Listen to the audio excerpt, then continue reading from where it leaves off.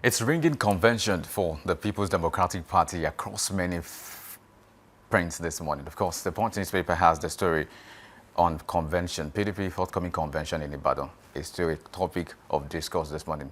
Thank you for staying tuned. This is the newspaper headlines and analysis segment of this broadcast. And we'll get right into the story. So I'm not doing this alone. I have with me in the studio Ebo Selume Ignatius Ofino. Good morning to you this morning.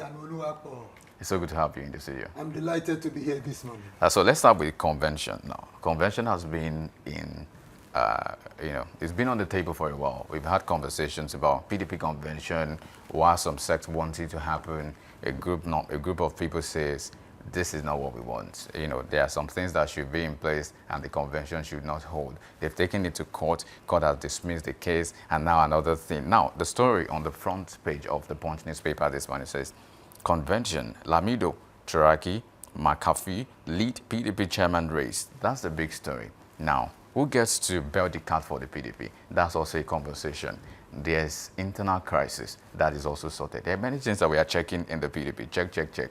But one of the things we should also probably look for, if that they also mentioned that Northwest PDP is set to pick consensus chair as party zoning favors region. Party set for convention. Now, zoning has been on the lips of the Wike sect, saying that we should have zoning instead of just doing some of the things that we are doing. It seems like some are calling for a particular refurbishment of that particular party. Others are saying it's more like some are playing anti-party kind of thing, because we've seen defections in recent times saying that they do not belong to this party anymore. They are going to another party. But what becomes of this convention? One, two. I'm taking two questions for you now. What becomes of this convention? What are we to expect from this convention? Is there going to be a calm after the storm for the PDP? Thank you very much, Anolu Akpo. I'm not the PDP spokesman. Neither will I act in proxy. But there is one thing I know, that political parties consist of group of men and women who decide to align themselves together for a common goals and objective.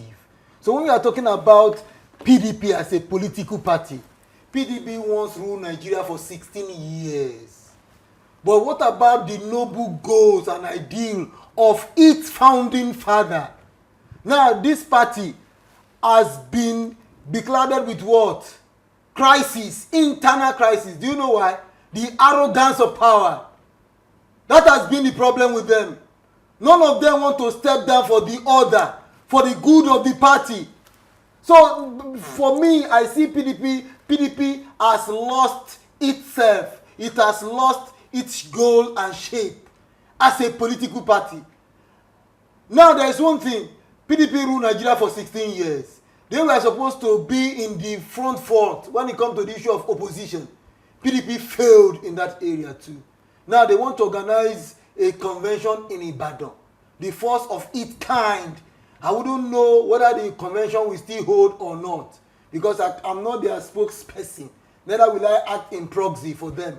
But there is one thing I will say, that to me, playing the role of the opposition, PDP as a party has disappointed Nigeria. All right. Because they have failed in that area of opposition. That was what led to the issue of adopting ADC as the main opposition for now. So PDP has a problem. And one of the internal problems PDP is having is this. There is no more party discipline. Some people in the party feel that they are bigger than the party. Let me give you an instance with Keism. It's a new political theory. And what does that mean? It means that you can be in your own political party, work against that party without being sanctioned. Do you think Wike is working against PDP? He's working against PDP. How do you mean? And he's in PDP, working against PDP, working for APC. You can see. It's a new political theory. How do you explain that? Wike would disagree to say it was appointed. Should he say no to an appointment of the nation? Are we having a coalition government at the national level? Are we having a national unity government at the national level? No. It was a betrayal. When they gave Wike appointment as the FCT minister, it was a form of compensation because he betrayed his party. We used to have what called G5 governors. There is no excuse any of these governors can give to me then you expect I, Ignatius, Eboseluime, Ofino to agree with them. Normally, power was supposed to be zoned to the south, but at the end of the day, because of the back and forth in PDP, it was opened. Atiku Abubakar emerged as the flag bearer. So it was not an excuse. Why will you work against your party? Rather for you to work against your party, it would have been more honorable if they have defected. They would have been more honorable. But yet they did not defect. They worked against their party. They now decided to establish a bad precedence. There must be morality when you are playing politics. Now what they did was this. They adopted the strategy called conspiracy theory. So history have written their names where? Is it in the black book or in gold? I wouldn't know. Let's take it further now. Now, you've spoken to the issue of something called Wikeism, more like a policy now. Right? No, a political theory. A political theory. Probably those in political science, they should write a thesis on it. On Wikeism. Yes, Wikeism. Let's take it further now to say, now, there's the issue of genocide, especially as brought up, or should we say, as they raised the dust. I mean, the Senate in the United States raised the dust about this, and it became a national issue in the country. People were having back and forth conversations to say this happened. Others are saying this did not happen in Nigeria. There's no instance of Christian genocide in the country. But now there's a story. Presidency and Khan clash over Christian genocide claim. Now, the Khan president came out to say that what the federal government said by disproving that Christian genocide exists in Nigeria is wrong, and there is Christian genocide. But again, all of this, how do you, let's get your thought on this. Help us round it off on what you think is happening. There is one thing Karl said.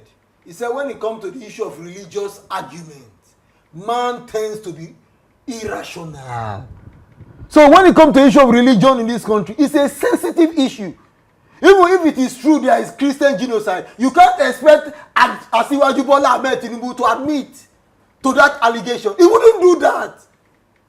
He will never do that. Why should you? He would not do that. Why should he not do it? He wouldn't.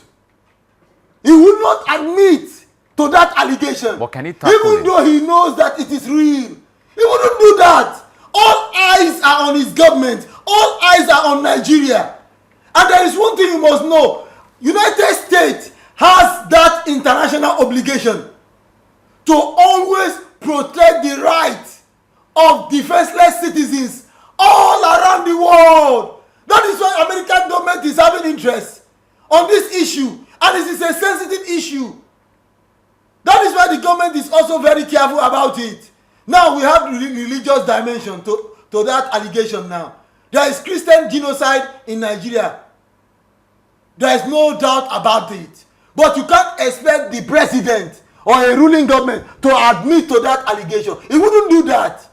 But the only thing I will just say is this. Whether you are a Christian or you are a Muslim, what I know is this. We must learn to live together in unity and love. Every religion in the world preaches about what? Love. Let me give an instance. Islam means peace. And that shows that if your religion symbolizes peace, you must be what? A peacemaker. The same thing applies to what? Christianity. It promotes what? Peace and love.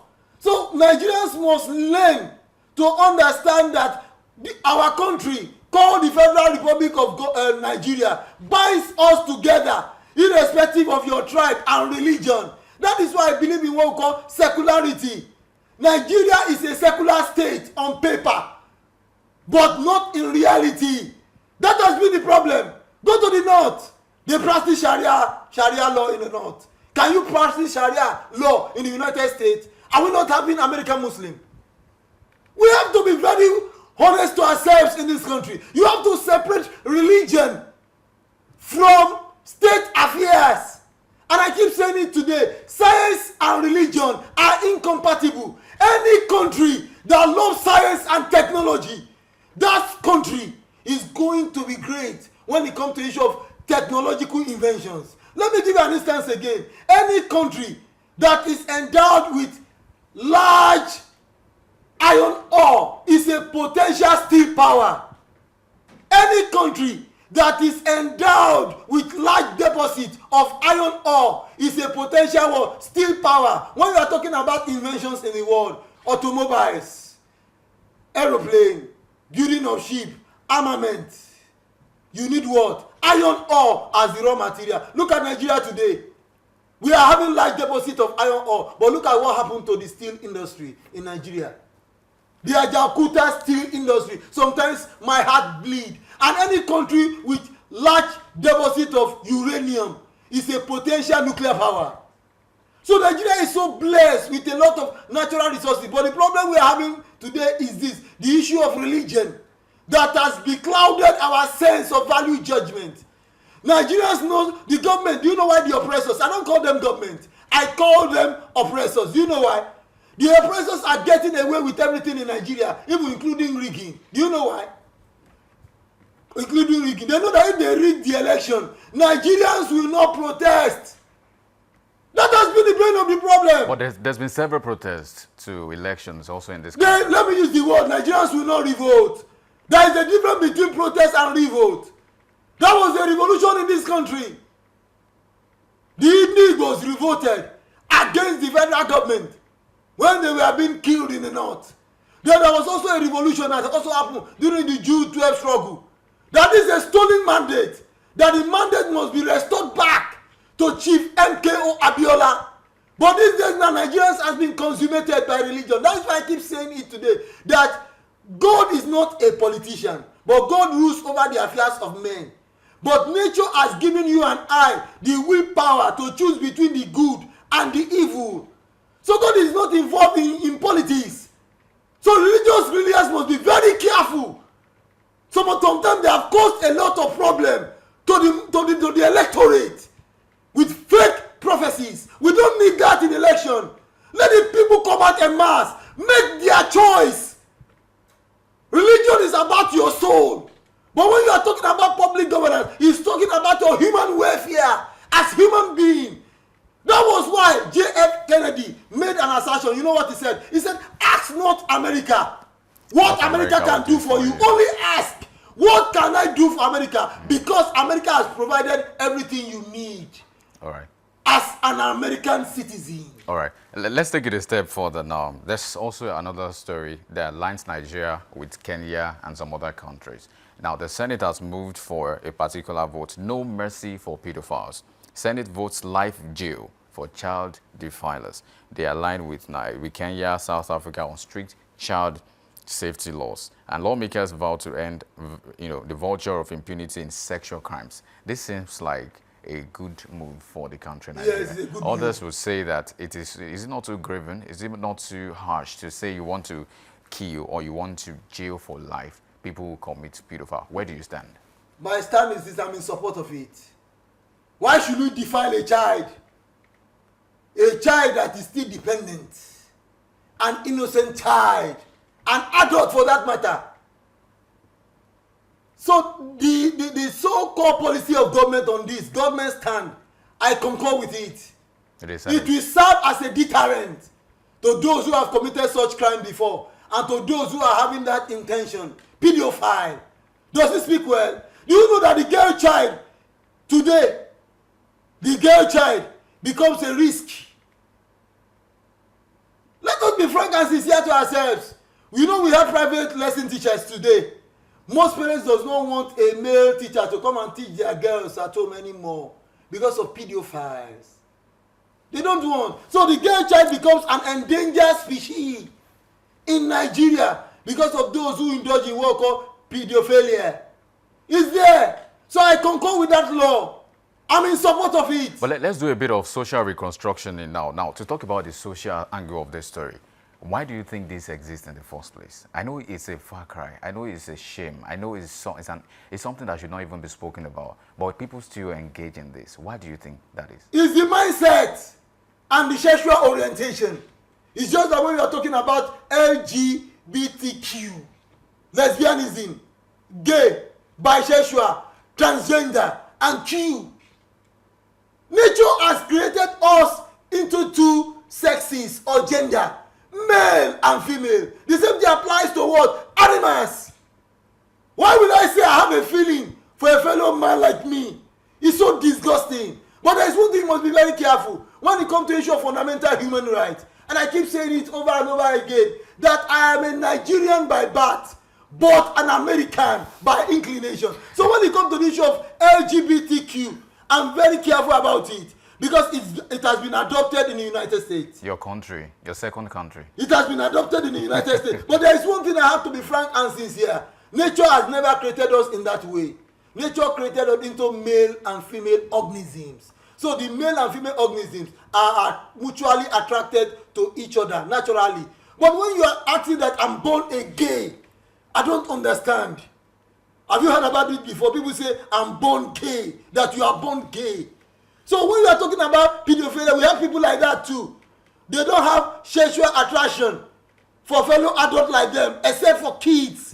Let me give an example. That there was a shocking issue that the Democrat brought.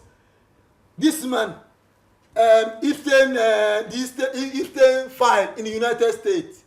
It was an issue against President Donald Trump during the campaign.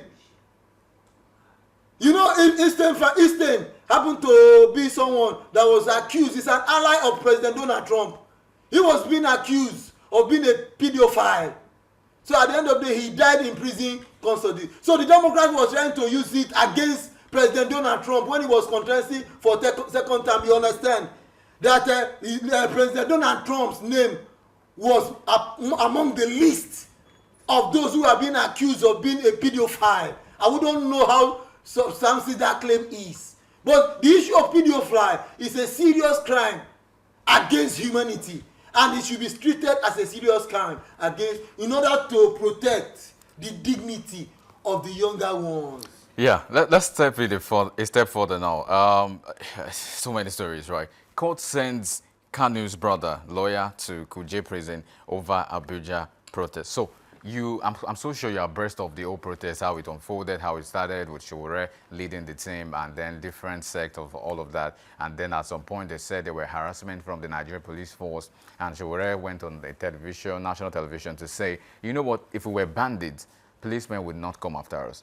It's because we are innocent citizens. That's why they are coming. And he also mentioned something that is quite important. He said President Tinubu, the incumbent president of the country, Nigeria, is actually a protester too, has been a protester at some point. He mentioned every leader we've had in the country to say they've all protested and we all should protest at some point. He said there's no issue with him protesting. People should not have issues with it because even if you don't protest now, you only see that you only become a fool of the ruling power. So why not just speak truth to power, even through protest? So that's one claim. Now, the story has been that Kanu's brother, Emmanuel Kanu, is also in Kuje prison as we speak. The police spokesperson, that's Sunday, went out also to say that, you know, they apprehended him and some other persons, and they are still going to charge them to court to say what they did and all of that. So the issue of Nnamdi Kanu, you know, others have said it should be a case that should be solved in the courts and not on the streets. Showore took it to the streets. So that's why a lot of people are saying that, oh, Showore should not have done that. Others said, you know, just a humorous side, an attempt at humor to say, why was Showore running from tear gas when they fired tear gas? It was sounding so strong until there was a firing or a tear gas to his face, and then he had to take to his heels and all of that. So I want you to harp on this issue. What do you make of all of this issue? The protests on Showore and then the alleged, you know, cases that were filed against these people that have gone to protest. There's what we call fundamental human rights, right to freedom of expression. But there's limit to everything. Law regulates our lives and conduct. I'm not happy with Omo Yele Showore. Why? I'm not happy with him. I'm saying it live. I'm not happy with him. I see it as a conspiracy to stall the court process.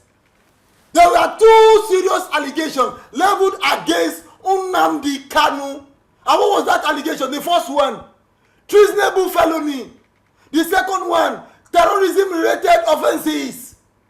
He was the leader of IPOB, Indigenous People of Biafra, which has been proscribed and also been declared as what? A terrorist organization. Because innocent Nigerians were also being killed in the East. Let us be honest to ourselves. When he was arrested and tried under law and granted bail, he jumped bail. When he jumped bail now, we all knew what happened. There was a lot of video clips where he said Lagos should be bombed, that the Nigerian soldiers should be killed. The video clips are there for the world to see. At the end of the day, when he was now found in Kenya, he was now arrested by the Kenyan government in connection with Nigerian government. And at the end of the day, what happened? He was now extradited back to Nigeria. Do you know that Nnamdi Kanu has dual citizenship? He's a Briton and also a Nigerian. Now, when he was now arrested, he was now facing the law. Whether the law is going to, whether the court process is going to last for 100 years, I don't care. But there must be justice. The late sage, Chief Jeremiah Obafemi Awolowo, GCFR, was also being accused of treasonable felony. He was tried in the court, convicted and sentenced till Gowon's government came to grant him state pardon. You cannot stall a court process midway. That is what Sowore has done. But let's take it this way. Why is there a delay in the court process? I wouldn't know. I'm not a lawyer. Because if you have to say, because at some point, Kanu came out to say that his health is deteriorating. It doesn't count. Are you sure it doesn't count? It doesn't count. Human rights, fundamental human rights. It doesn't count. Let me give you an example. If Asiwaju Bola Ahmed Tinubu today has a twin brother, and his twin brother is threatening his government that I'm going to blow up his government, Asiwaju Bola Ahmed Tinubu must definitely arrest his twin brother and charge him to court for treasonable felony, not minding if both of them came from the same womb. I'm telling you, when we are talking about public governance, so Sowore was wrong. It was a conspiracy to stall the court process. The only thing we would have been doing is this: you relate with the NBA so that they can put pressure on the judiciary to hasten the process. To hasten, but there are some court cases that will definitely last for years. Can he must be sentenced. Let me give you an example. It's two things. If he's convicted, he will not. Do you know he was so rude to the presiding judge? Later, the presiding judge now said he's no longer interested in the case. There was a time he was also rude to his lawyer. So Nnamdi Kanu is not even refined in character as a person. I wouldn't know what has affected him psychologically. But like what I'm saying is this: if he's been accused of treasonable felony and with fact and evidences, now he will not be sentenced according to the law. If he now be sentenced according to the probably to life jail or to some prison term, the government can now say, this person has been sentenced to 20 years imprisonment. Probably let us allow him to spend 2 days. After Tuesday, we now grant him state pardon. That is the way state pardon is being granted. You must be convicted and sentenced to prison. So Sowore, I don't know what has come of Sowore. He got it wrong, and I'm saying it on air. Sowore can never be a good president. He can never. Are you sure? He can never be a good president. I'm telling you, that was what happened in the days of NSAS. Do you know who caused the NSAS protest? It was the Nigerian police force themselves. When they see a young man in his big car, they assume he's a Yahoo boy. While the person is not even Yahoo. Sometimes they interfere into your privacy. When they see you with a big phone, iPhone, the police will want to check. Police, I don't know how to describe the Nigerian police. I see them as a bad element in the nation called Nigeria. They are bad examples. But let's not cast. I'm not generalizing. Yes. I'm just trying to express my feelings as a Nigerian. The police force, they were the cause of the NSAS protest. I'm telling you today, they know it. If the IG does not know it, he should hear what I'm saying. They were the cause of the protest. All right. Let's exfoliate another issue. Very importantly, there's been a lot of issues about the protests and all of that, but also presidential pardon has been on the lips of many. And some are saying that the people that were granted presidential pardon should not have been granted. Yes. There are still questions about that. Yes. So we'll speak to that in a few minutes. What do you make of it? It's rather unfortunate. Who is to be blamed? The Attorney General of the Federation, Lateef Fagbemi, should be blamed for that. For misleading the president to vet that list. The president is so occupied with a lot of responsibility. 179 names. But let's be sure. There was a Council of State meeting not just Lateef Fagbemi. Yeah, He is the Attorney General of the Federation. there were a lot of people. That office is there. Is the one that will write down the list. But they will vet it together. The Council of States, the police head, the military head, and every other head came together for that meeting. Those who were former head of state, do you know some of them have failing health? They won't tell you. That's the truth. But you think the presidential pardon was wrong in itself? No, the presidential pardon is the constitutional responsibility of the president. But the names, drug barons, criminals, murderers, that were being mentioned, that is where he got it wrong. And it became a backlash. Later, when the government now discovered that it was a backlash, this government, there is one thing with them, diversionary ploy. They now decided to bring out the issue that there was a coup. So that Nigeria's mind will no longer be on the issue of those people that But what you just said now is what Showore is also clamoring against. They say, if you can grant pardon to some people, why not Kanu? But for now, that list is being reviewed. None of them has been released. As we speak. Yes, as we speak. Thank you very much, Ofino Thank you, Anolu, for having me. Thank you for your thoughts this morning. Yeah, stay tuned. We still have so many to go down today. Of course, the big story comes up next with Yemi. Stay tuned and don't go away after this break.